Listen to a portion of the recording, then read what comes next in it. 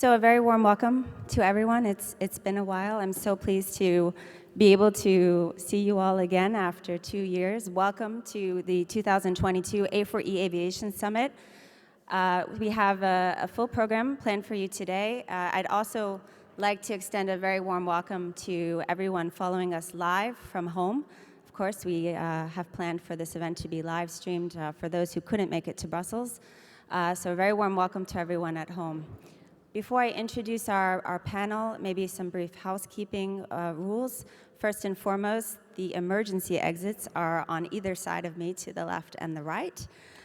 If you are planning to ask questions during the Q&A, and also if you're watching from home, you can ask your questions via Slido. We will be using Slido throughout the conference today, so please indeed ask your questions through there, and we'll try to get to as many of them as possible. When you ask your questions, it's important to identify yourself with your name and your organization, as well as a specific CEO if your question is for anyone in particular.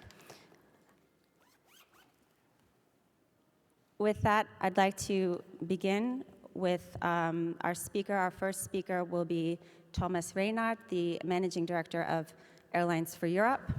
Thomas will be followed by Carsten Spohr, the CEO of Lufthansa Group, as well as Luis Gallego, CEO of IAG, Johan Lundgren, the CEO of easyJet, Michael O'Leary, the CEO of Ryanair Group, and Ben Smith, the CEO of Air France-KLM, sends his apologies. He unfortunately couldn't make it today, but I trust we're in good hands with the gentleman beside me.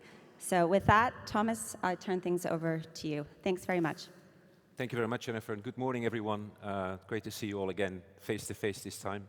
Let me start with maybe an introductory statement here, is that following the global pandemic, we had hoped, I think we all had hoped for a period of stability the beginning of the year. But things quickly changed, as you know, unfortunately, with the Russian invasion of Ukraine a bit more than a month ago.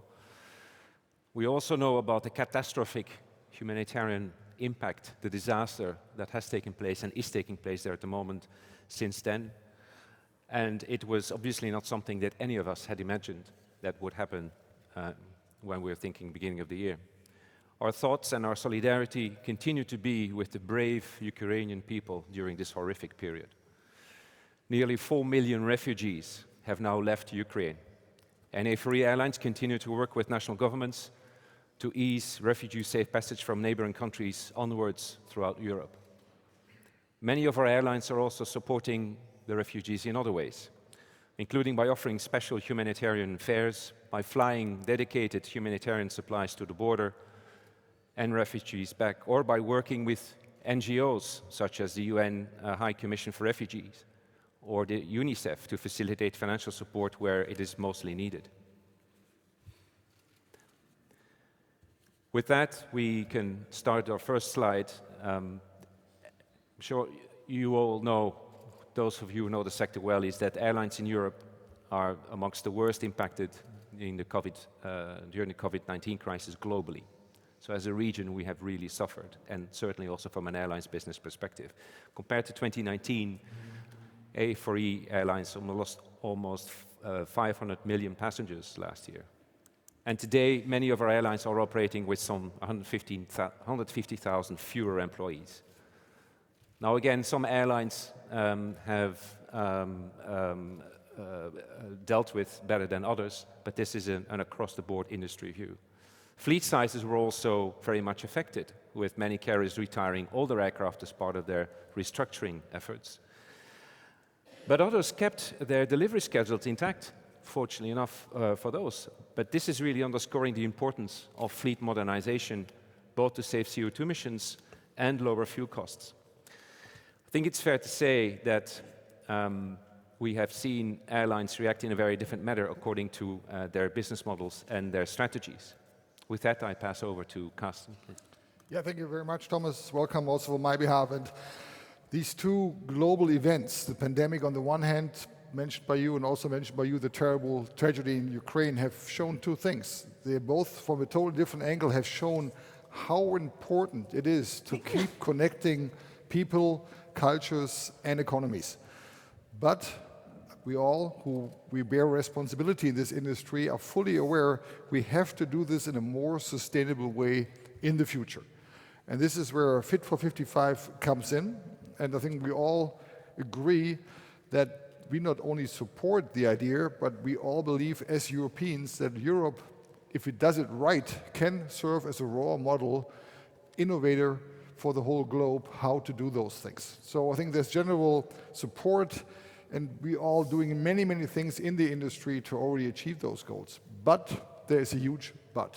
And this but means this needs to be done in a way that Fit for 55 is also fit for the purpose it serves, which is reducing the impact on the environment while maintaining connectivity within Europe, while maintaining jobs in our industry, and while maintaining our competitiveness as a European aviation industry with other parts of the world.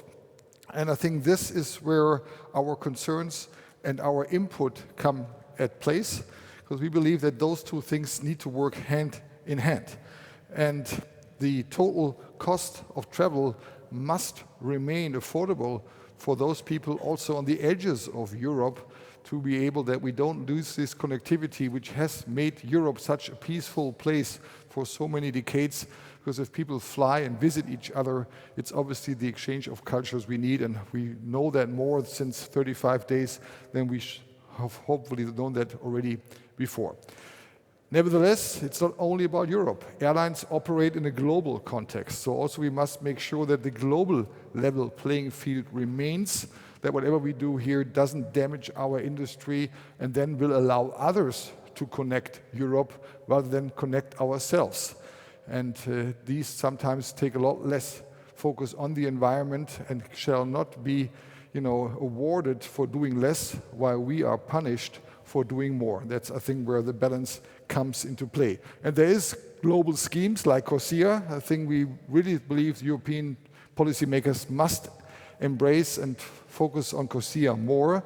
This will maintain a global playing field, and there can be, in our view, more that could be done. Also, I think it's worth to think about, can we use, for example, the revenue of emission certificates to be reinvested in investment into sustainable aviation fuels, which we all know is a big topic to decarbonize our industry, short term and mid-term, before one day new propulsion technologies will be able to take place and have a significant impact on the industry. So I think to do that in balance is key, to make sure that we can serve our purpose, to make sure that the European industry can continue to play a global role. And we shouldn't forget, as Europeans, we're not able to defend ourselves anymore. We're not able to provide energy for ourselves anymore. Let's at least make sure that we can still connect ourselves to the rest of the world and within Europe by our own. With that, I hand over to my even more global colleague, Louis. Okay, thank you very much, Carsten. Progressing the development and commercial deployment of sustainable aviation fuel is crucial to decarbonizing aviation. SAF is currently the most viable solution for us to make an impact in the short term. We think it is realistic for over 60% of fuel to be SAF by 2050 and more than 5% by 2030. The key to making this happen is accelerating SAF global production. Policy support is critical to attract the necessary investment to build SAF plants. Mandates need to be complemented with price stability mechanisms to ensure global competitiveness. With the right policy in place, 30 SAF plants could be built across Europe over the next 8 years, saving 7 million tons of CO2 annually by 2030. Johan. Sorry, and next is Thomas. My apologies, Thomas. Thank you very much. So we're back to Back to Thomas. Okay. Can we have the next? Thanks very much, robust EU financing. Yes. A healthy European aviation ecosystem is key for our sector to reach the ambitious sustainability targets and the very strict ones, an ambitious one we all know, which are set by Destination 2050. We set these targets ourselves, but which were also confirmed by IATA through its Waypoint 2050. So we're really serious about these targets. Airlines want to decarbonize. We have to decarbonize, but we need the means to do so. Combination of investments in new technologies as well as operational efficiencies, like the Single European Sky. Anyone heard of those? Those will help us get there. Access to both private and public funding is crucial for a capital-intensive sector like aviation. There are three main points I would like to stress here. Three main items that are really needed to help airlines meet their decarbonization goals. One is a detailed taxonomy for airline activities, including all measures necessary to reach Destination 2050 net zero emission targets. Two, public funding, not only to support research and development, which is a message we know very well, but also for the deployment of short and long-term decarbonization solutions, including SAF, sustainable aviation fuels, and zero-emission technologies, including hydrogen, electric, for instance. The revenues from the sale of ETS allowances must be used to support SAF deployment through subsidies and grants. But ETS revenues should only be used to decarbonize flights that pay ETS credits. And lastly, we need positive incentives, not taxation. Taxation only takes away funding out of our sector. We need positive incentives, I would say the carrot rather than the stick, to do a much better job at supporting sustainability efforts. Thank you. Johan. Now it's my turn. Now it's your turn. Listen, I mean, as you would have heard here, we believe that this is really a critical moment in time where there's a lot of decisions that needs to be taken now, because it will actually set the framework on how the industry can continue to grow to provide that mobility and the connectivity across Europe and outside of Europe, but doing that at the same time as we can then also reduce the pressure on the environment. So a couple of points there, and you would know about these, and we have talked about these before, but it's so staggering, I think, that some of these things has not moved forward in any way, shape, or form that you could expect it to do. And if you take a look at the EU 261 regulation, and I think the first draft has been there since 2009, and it was a badly written document back then, not fit for purpose. And can you imagine also the impact that has had on the industry in after the COVID crisis, where it didn't take into effect any of the consequences of mass cancellations, as an example. This really needs to get moved on. It doesn't help this industry, and actually it doesn't help also the consumer, because the huge amounts that is draining the industry, and also the lack of clarity that exists in that document. Single European Sky, this was a concept that was brought out then in 1999, and we were told by that time that it was going to take 20 years and we would have this implemented. Same governments who sometimes some governments and some officials who are pointing the fingers at this industry that we're not moving fast enough into decarbonization are sitting on blocking and stopping and making it difficult to impose some of these things, whether that is 261 or the Single European Sky. Up to 10% across the whole of the European network would be saved in carbon emission. easyJet alone, we reckon, is about 15%. 15%. It is massive numbers that we could reduce the emissions on carbon if that was introduced.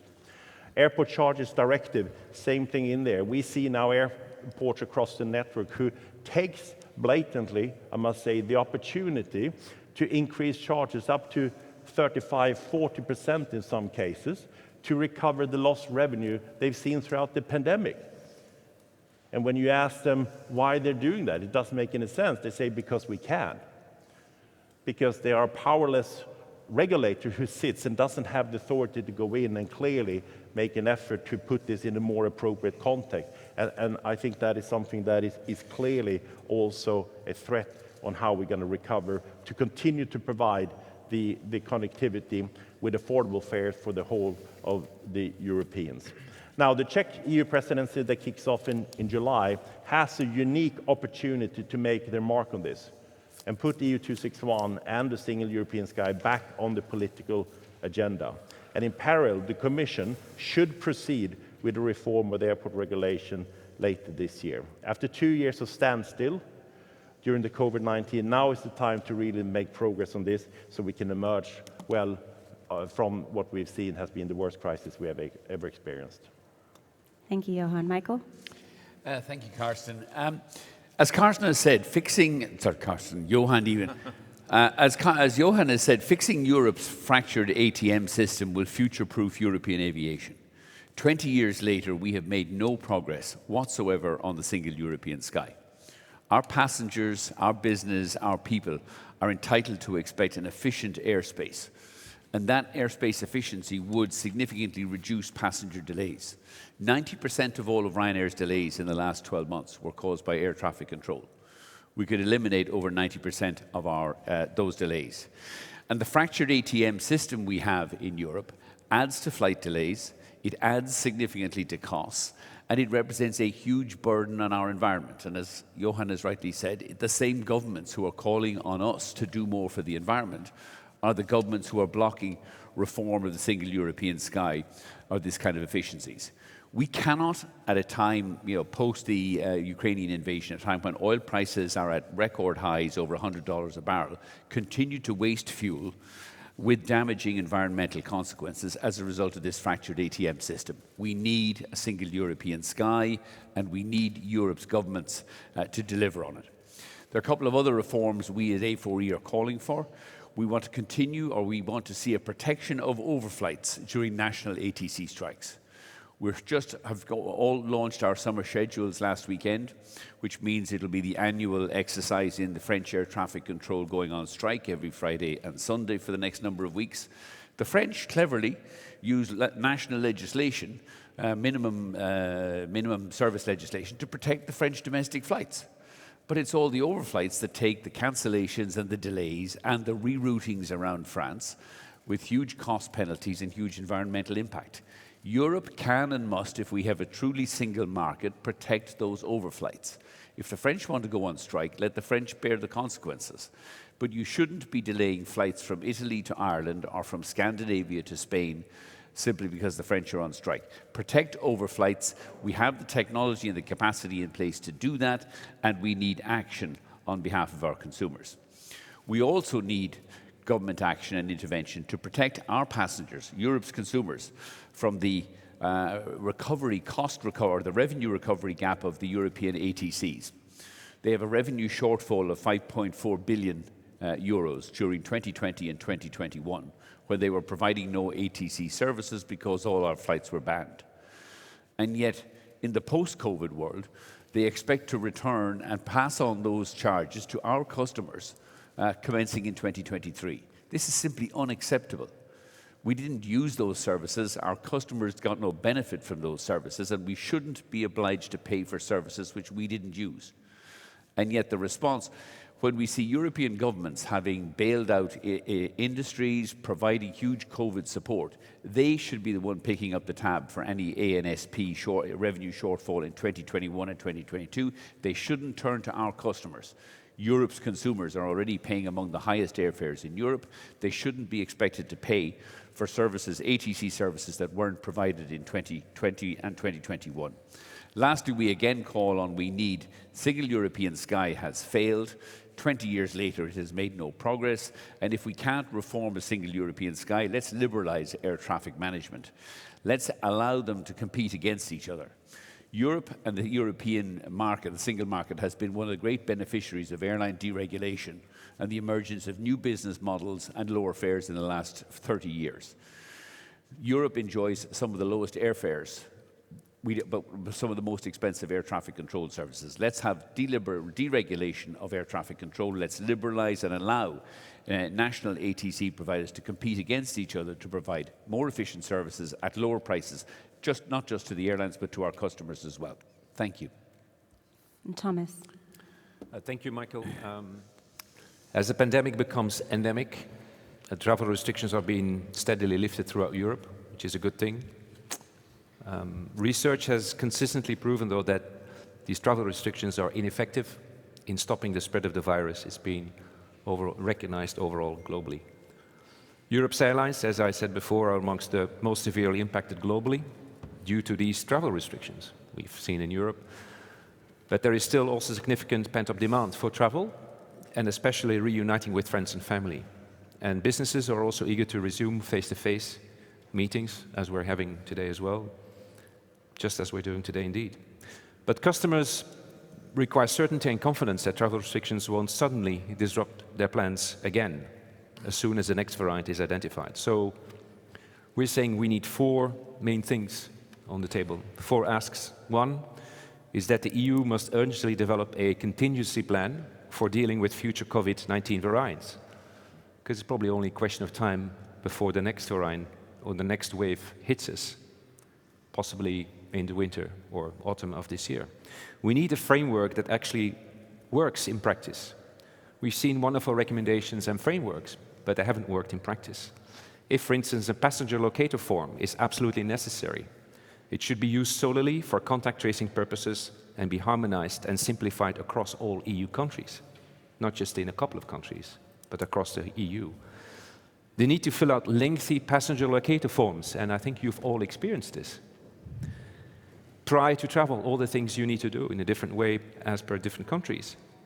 It represented a huge headache for those who are traveling, and of course also for airlines alike. And it was really a deterrent for people to travel.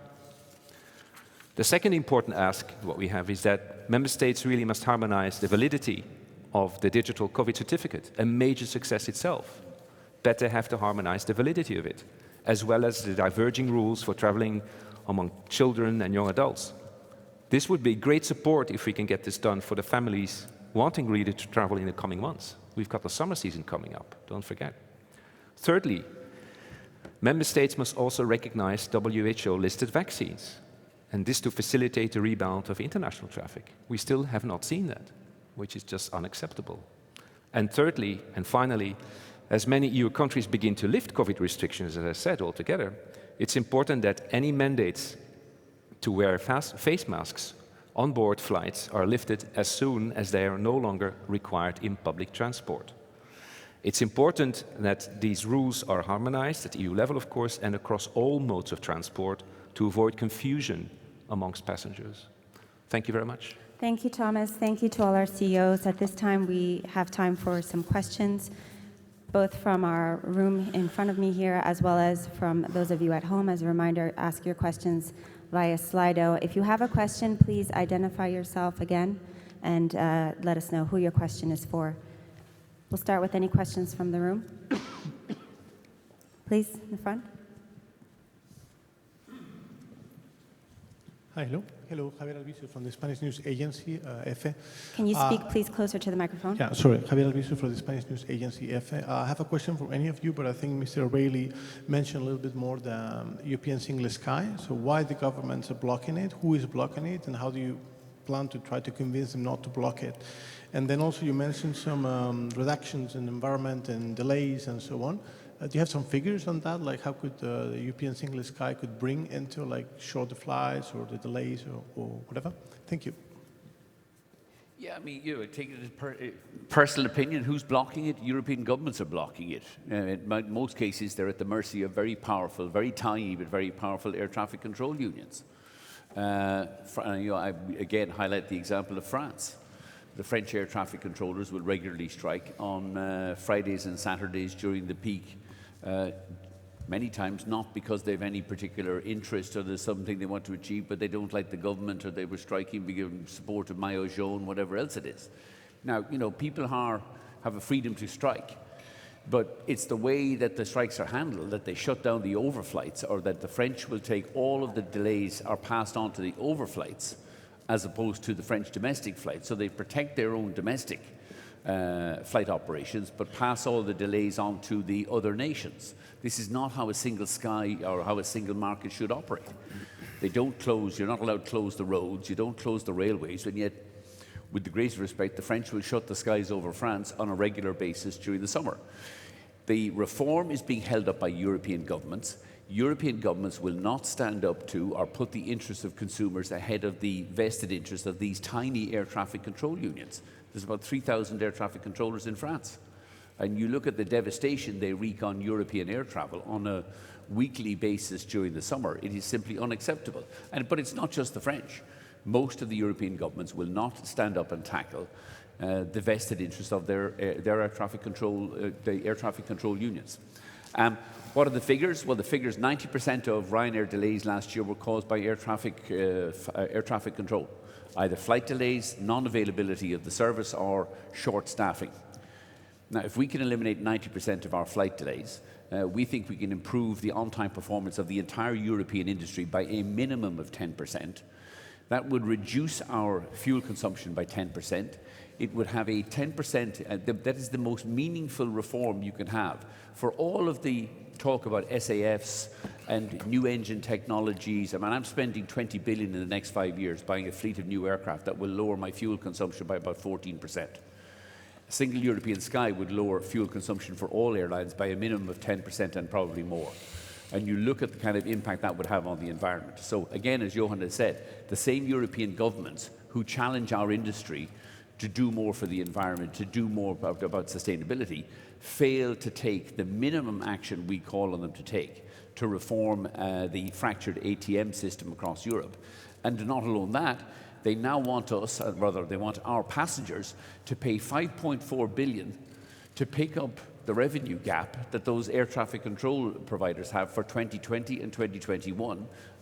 We didn't even get a service, but they want our customers to pay for it. So it's the European governments, they need to stand up to the European unions. And again, I think, and I call them out, the French government or the presidency at the moment, absolutely nothing has been done during the 6 months of the French presidency on air traffic control reform. We're calling on the Czech government, who will take over the presidency for the next 6 months, to bring this front and centre, but we're deeply disappointed in the failure of the French to do anything whatsoever to bring forward that reform during their presidency. Thank you, Michael. Next question, please. Ian Taylor from Travel Weekly in London. 2 questions on COVID and the contingency plans. My understanding is that the UK government doesn't now plan to publish contingency plans for dealing with variants on the grounds that there are too many variables and it's too complex, but pretty much all the measures they've used in the past, bar hotel quarantine, could be reintroduced if necessary. And that there's a feeling amongst at least some in the industry that that would be better not to publish any plans, because otherwise you risk having passengers watching the news for any news of a variant and is this going to affect travel and so on. So I wonder what the panel's view is on that. Do you want the contingency plans but not published? And second, what hope do you have for harmonisation of COVID requirements across the EU? Because we haven't seen any for the last 2 years, so why should there be in the next year? Okay, maybe Thomas, do you want to say something about the COVID contingency plan and maybe one of the CEOs regarding the second question on harmonization? Yeah.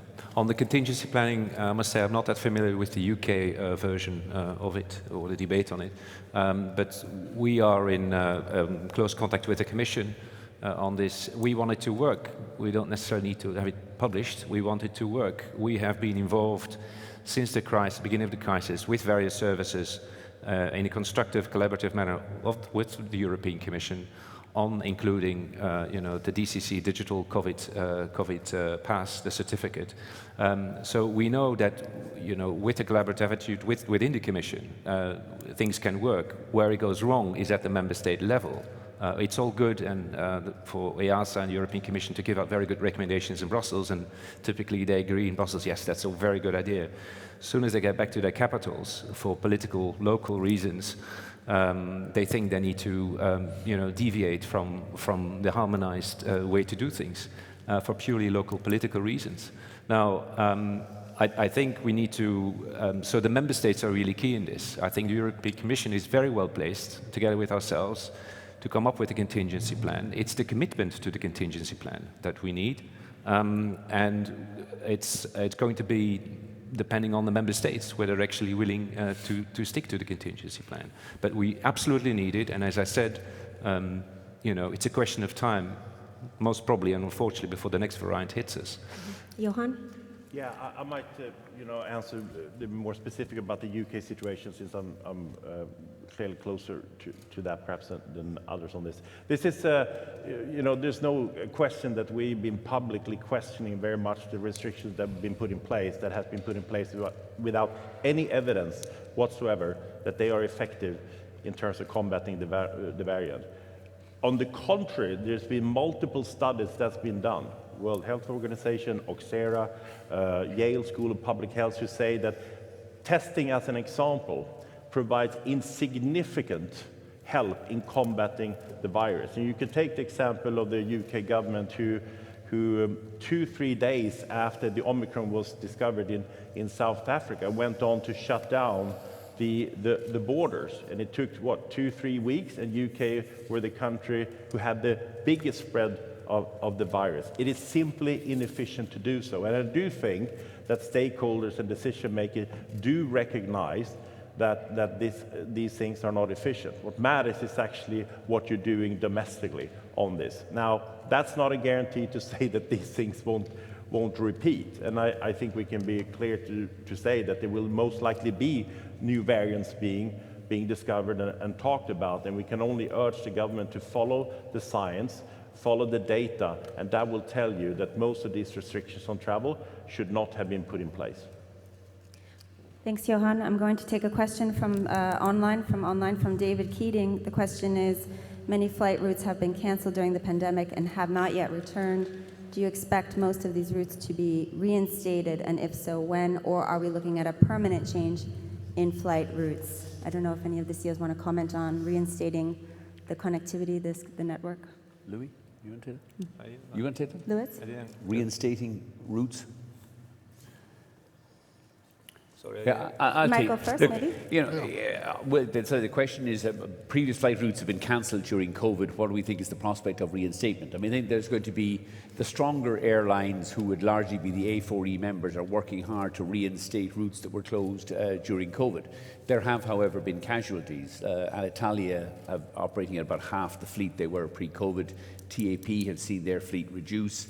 Norwegian's fleet has been massively cut back, and we've seen the failures of Thomas Cook, Flybe and others. So some of the routes will not be restored, but I think all of the airlines, certainly all the A4E airlines, many are taking deliveries of new, more fuel-efficient aircraft. In the case of Ryanair this year, we're taking 65 new aircraft from Boeing. We expect to open something of the order of about 250 new routes this summer. So I think it's reasonable to suspect that between all of the A4E members, I think we will restore 85-90% of the routes that operated pre-COVID. Some will be lost because of airline failures. Yes, to add something, I think, for example, I think it's similar for all of us. During the summer, we will be flying around 90% of the capacity that we were flying in 2019. Maybe the exemption can be the airlines that they are flying more to Asia now, and they have the restrictions to overfly Russia. But for example, in our case, we expect to fly 100% of the capacity we were flying in 2019 in North Atlantic, and in the global network, we are going to fly around 85-90%. In the case of Lufthansa short haul, we're even going to have more routes than we did before COVID. Long haul, like Louis, of course, not to Asia. Less frequency, more destinations. Thanks, Carsten. Andrew, next question right here in the front. Thanks very much. Andrew Charlton from Aviation Advocacy. I've got about 8 questions actually, but I'll try to keep it brief. I'll try to keep myself to only 2. Picking up on what Michael said earlier about overflights in France, of course, Marseille is strike prone, but actually the single most important centre for delays in Europe is Karlsruhe in Germany. So all those things you've been saying, Michael, why aren't you, Carsten, picking that up and fighting with it? My follow-on to that is, we seem to have a plethora now of associations and alliances and what have you, all of which seem to work towards the environment in very different ways, and I'm wondering what your thinking is on that. But my real question is to Johan. You used the word resilience, and I think that's a really important word going forward. How do we build resilience into a system that clearly wasn't resilient? I mean, that was a challenge. COVID's a challenge beyond belief, but we need to build resilience across the ecosystem. And I'd love everyone's views on how we get resilience. Okay, we'll try to keep the answers brief so we can get to as much of that as possible. Carsten, do you want to Well, I speak can first? promise you we put a lot of pressure on Karlsruhe and the German NSDP, because obviously there is some overflow from France coming into Germany, because France is reintroducing a new IT system which is reducing capacity for some time, which will spill over into Karlsruhe FIR. But it's unacceptable. I mean, there is technology available nowadays that also, by the way, those overflows could be handled with one system if they would agree on one system. But unions don't want to agree on one IT system because it makes them replaceable in their view. So I think we always come back to what Michael was explaining. There is no wish to be more efficient. Our pressure hopefully one day will help. But it goes back to basically resistance of member states and backed up by unions to do what technology would be allowing nowadays. Okay, on resilience? Resilience, I go to Johan, Johan? right? You said you want to talk to Johan about resilience, not to me, so you talk to him. We've got all day. We've got all day, guys. I couldn't help myself to say that easyJet was actually Europe's most punctual airline in 2021. So I think I'm well equipped to talk about resilience. So anyway, no, listen. The success of a flight is down to the strength of your weakest component in the chain. Yeah.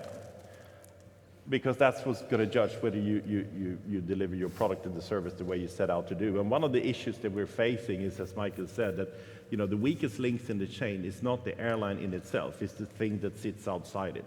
And one of the things that is so, we're in desperate need of is the modernization of the airspace. But it's not only the airspace, it's actually also the systems that are being used and the procedures that are not being harmonized across the ANSPs really across the Europe. And I think that this is why we're talking about it here. This is why we're going to continue to lobby and influence this whole thing to get people to understand that when you are complaining about the air, your flight not being on time, it doesn't help you to say, well, it was somebody else's fault, but at the same time, you're paying them extraordinary amounts of money, as Mike said, to also recover for revenues that didn't get because we weren't allowed to fly because of the restrictions that sits in there.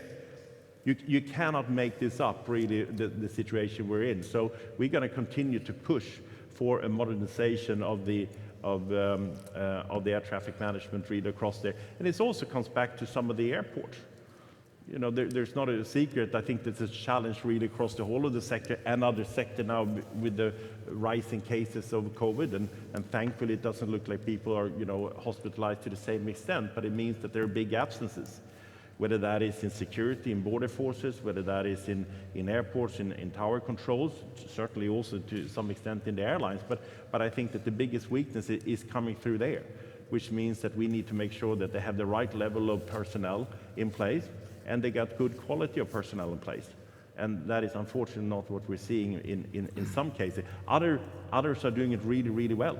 But I would say also that despite all the, passenger locator forms and all the difficulties that we've seen now in terms of what we've had to do to manage through the COVID and difficult for passengers, things are getting better. I think we're in the peak now, which is more difficult because we're ramping up capacities and putting pressure on the whole of the infrastructure and the network, and hopefully we will get that done really in good time for the summer. But it will be a challenge. Okay, I think we have time for a few more questions. I do need to get to a question from our online audience, from Ilona Wissenbach from Reuters. It's a question for Michael or for Carsten regarding the latest rise in data showing a rise in ticket prices due to soaring oil prices. And do you think your airlines can afford this without jeopardizing demand as inflation and the impact of the war in Ukraine may hit consumer confidence? Well, the first thing I would say to Ilona is her data is wrong. I'm sad to report that currently in Ryanair, ticket prices are falling through April and May. They're softer than they were in 2019 because we're still, and I suspect the other way, we're still trying to build back up our forward bookings into the summer. We saw very strong growth in forward bookings in December, then Omicron hit us and knocked us back 3 or 4 months. We saw a very strong recovery through the end of January and February into forward bookings on the back of lower prices. And then the invasion of Ukraine has knocked us back. So looking out over the next couple of months, we still see price weakness at the moment in April and May. We do expect to get our load factors back up close to 90% through April and May. We then believe that there will be stronger pricing during the summer. I think in the peak months this year, June, July, August and September, I think prices will be at or higher than they were pre-COVID because there will be 10 or 15% less capacity in Europe. But the system is very fragile, and if there are further adverse news flows either on Omicron, either on COVID or particularly the tragedy in Ukraine, then that kind of outlook, or that more optimistic outlook, will fall over, and we'll be facing more lower fares as we try to recover, all of us try to recover our business and our volumes during the peak summer months. Carsten? Yeah. I think the answer in the question, inflation, of course, is also impacting aviation.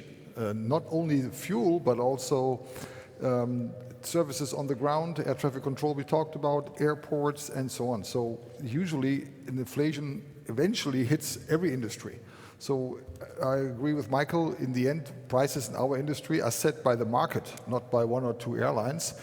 But with less capacity in the market, inflation pushing also the cost structures of airlines, and all of us, at least the 5 of us here, looking for strong balance sheets. We are one of the more rational players in this industry, which is maybe why we are the 5 largest. I think we need to make sure that our business models still work. But let's also be honest, nothing has come down in pricing as much in the last decades as flying within Europe. Flying will continue to be very affordable compared to other products. And this is what we strive for. We want to make sure that we continuously connect Europe with each other, but also with the world, including competitive prices for those who want to do this on a whatever service level you get for that price. I think that's a part of our industry's promise. Excellent. The next question, I think we have a microphone already in the room. Yes, please. Yes, good morning. My name is Bertina Omoke, and I'm the DSNA representative in Brussels. Oh, I'm sorry. This is for just for media, please. If you can hold your question for after the press conference. Could you Sorry, I'm sorry. Can somebody grab the microphone? It's for media only. Thank you. Sorry. We only have time for a few more questions. Please, in the front. Good morning, Charlotte Ryan from Bloomberg. Just to go back to the environmental side of things, it feels like a lot of what we've heard today on CORSIA, single European skies, is eerily similar to what we were talking about in 2020. How do we move beyond lamenting the lack of solutions on these issues to actually coming up with solutions? And is there a failure of industry lobbying here in terms of getting governments to move forward? Well, maybe before we talk about politics, let's talk about the environment. The CO2 impact of this industry is coming down per passenger because of technology, replacing our fleets, at least those who are healthy and can afford to replace their fleets. So I think there is progress. We believe there could be more progress, and for that we are trying to lobby, because some of it is not in our hands. Again, air traffic control being the most visible example, which, as rightly was stated, 10% like this apparently are not wanted, because otherwise they should be there. But let's not, I think, forget that for the environment, also for the individual traveler, the CO2 footprint of using our mode of transport has been coming down because of industry efforts. Efficiency, filling airplanes better, and all this. But there could be a lot more done, and that's why you feel some impatience here. We are investing billions. Thousands of engineers are working on new technologies, sometimes small, sometimes big, and then there's very easy things which could be done we're not doing. And that, I think, is sometimes indeed frustrating. That's why we are partly singing the same song for many years. But that song is just an evergreen, apparently, and needs to be sung. And I agree with Carsten. Yes, just because we haven't succeeded in this EU ATC reform doesn't mean we drop the ball or let it go. The environmental agenda is the strongest argument we have for this reform, never mind the eliminating of passenger delays and fuel consumption. But we should continue to push it. I think we have significant support here in Brussels and at Commission level for that reform. The people who are holding it up are national governments. It is in the national government's competence, and we need the national governments to stand up to the tiny, narrow vested interests of air traffic control unions and introduce either single European sky or deregulate and liberalise. Carsten is right, the technology exists to hand over the air traffic control, management of air traffic control to other national providers during periods of strike. It can be done. The technology has advanced. It is being held up by a very small but very powerful group of tiny air traffic control unions. And if we don't keep, I think, lobbying for it, if we don't keep highlighting particularly the environmental damage that's being done, we'll get nowhere. Just because we haven't succeeded for the last 5 years doesn't mean we're going to drop this ball or not keep pushing at it for the next 5 years. Okay, next question, Kathy. Thank you, Kathy Berg, Aviation International News. You have again stressed the importance of SAF to decarbonize the industry. Do you all see a better availability of SAF here in Europe, or do you see you have to buy it in the US, mostly, for example, in California, where you have larger incentives, and then you have to, tax incentives, you have to ship it to Europe? Well, Carsten or Luis? Yeah. I think the answer is easy. There's not enough availability in Europe, but there's not enough availability around the world either. So even though we are taking SAF in California, for example, assuming Lufthansa would have access to all SAF in the world available today, we couldn't even fly 4 days with it. But we love to fly 365 days. So there's a huge gap, but let's not be frustrated by that. Let's put in technology in there.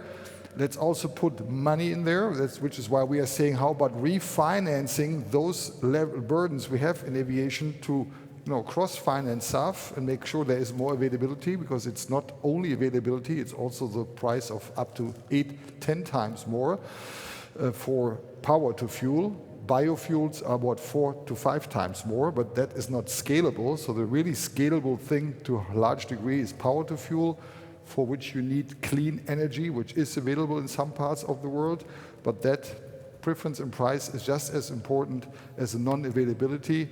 And for right now, we're trying to put our hands on anything we can. We're spending 250 million, $250 million in the next years to buy SAF around the world. So if you know of anything, let me know, I'll buy it. Luis, yeah. I agree, and I think, for example, if you see the proposal from the Fit for 55, I think the major part of us will have a commitment to use more SAF than is written in the Fit for 55. What we need is SAF. So right now, as Carsten is saying, we have less than 1% of the amount that we need. So this is not a problem of the airlines. This is a problem of the governments. This is a problem of the people that need to produce SAF. It doesn't make sense that SAF, still the cost is 4 or 5 times more than the price we are paying for the traditional fuel. So what we are asking is precisely for investment, for policies that can guarantee that we can put in our aircraft the SAF that we can fly today. Our aircraft today, they are ready to fly with 50% of sustainable aviation fuel, and it's not possible to do it because there is no SAF. We have time for one more question. Anyone in the room? Tim Heffer from Reuters. Hi, thank you very much. Could you just say a word about inflation? To what extent do you expect that to put upward pressure on your wage costs, and to what extent will you be able to recover that from the market? And on the question of deregulating air traffic control, is that we know what Michael O'Leary thinks about that. Is that something that you all, perhaps coming from very unionized environments, are you all agreed on this? And what would that look like exactly? Maybe we can start with the last question. Yeah, I'll start with the first one. I think the initial focus of staff in our industry is to get back into the job. I think we lost, a lot of people in our industry, which is also the reason why, for example, airports are worried about in the summer not being able to provide the services we need. In the case of Lufthansa, every fourth person in Lufthansa has left. We started with 140,000 before the pandemic. We are down to 105,000 now. So I think the first thing is let's get everybody back into the job, into full time, and let's take job worries away. But then, of course, as any industry, we will see inflation pressure also on wage negotiations. Everything else would be surprising. But I think the first interest of staff right now is to get that mask away. So I'm very happy for my Swiss staff, who as of tomorrow doesn't need to wear masks anymore in the airplane. Also passengers don't need to wear them anymore when they're flying from Switzerland to a country which is allowing that, like Scandinavia or Thailand or Belgium. I think that's the biggest worry of our staff right now, and then inflation issues come next. And I think, I agree with what Carsten said, we are all facing inflation. The rate of those price increases will be different. The airlines have different fuel hedging strategies in place. Most of us are covered for most of this summer. But there's no doubt, as oil prices remain at elevated levels, we're facing into the next 2 or 3 years higher oil prices. There's pressure on airport costs, certainly, and the concern I think most of us would share this summer will be the airport element of the service chain. We see real pressure on airport security, airport handling, baggage handling, check-in staff, those the lower pay people involved in handling. There are undoubtedly recruitment pinch points there where masses of them are made redundant. We need to get them back to work. We've got a training burden there. But there are also some upsides. We are investing as a group of airlines in new aircraft technologies. Those aircraft are more fuel efficient. We expect to be able to fly more passengers in the coming years, but burning significantly less fuel. But we're all facing a cost challenge. And I think it's one of the reasons why, certainly I'm personally calling for some sort of delay. We signed up for Fit for 55, but some of the implementation of it may have to be pushed back a number of years. Because I don't think our customers can afford to pay significantly higher taxes or environmental taxes on air travel at a time when oil is at $100, $120 a barrel. The purpose of Fit for 55 was to persuade and incentivize the airlines to reduce their fuel consumption. We need no better incentive than oil at $120 a barrel. But inflation will be a challenge, and I think recovering the traffic or the pre-COVID traffic over the next year or two, restoring the routes is equally a challenge. Thomas, want to say something to the ATM point? Correct, yes. I think you said deregulation depends how you look at it, but we certainly, as from an A4E perspective, we want to see change in a supply chain that doesn't really take into account sufficiently the interests of the customer, which is the airlines. And if you look at who is behind most of the ANSPs in Europe, these are government-run or semi-government-run. They're government-funded organizations. Why would they change? What is their incentive to change? So we need a huge change in the mindset. And there are some, I must say, probably half a dozen today, that have sympathies for the more liberal view and say, well, yes, it's about time we do change, and that we give you the service for the money you pay.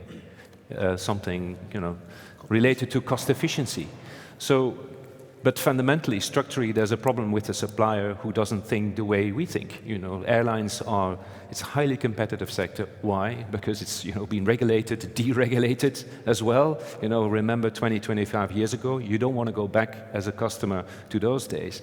The problem is with a number of suppliers, and in the ANSP is a huge bottleneck there. So one of the things we certainly need to look at is, how do these ANSPs finance themselves? I think there's some fundamental flaws in the European regulation, and I'm not blaming the European Commission here. It is really the member states that really, typically the Minister of Finance, needs to change the business case. If I want to continue to get money from the airlines in this case, in a sustainable, economically sustainable manner, maybe I need to change the financing system, the mechanism, which we've always been asking for.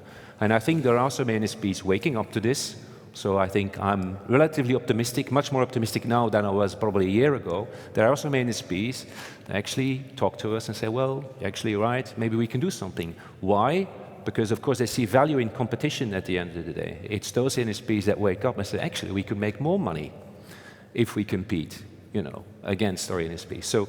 But the fundamental issue here is the mindset, and is because the fundamental structure. Why would they change? What is the incentive today?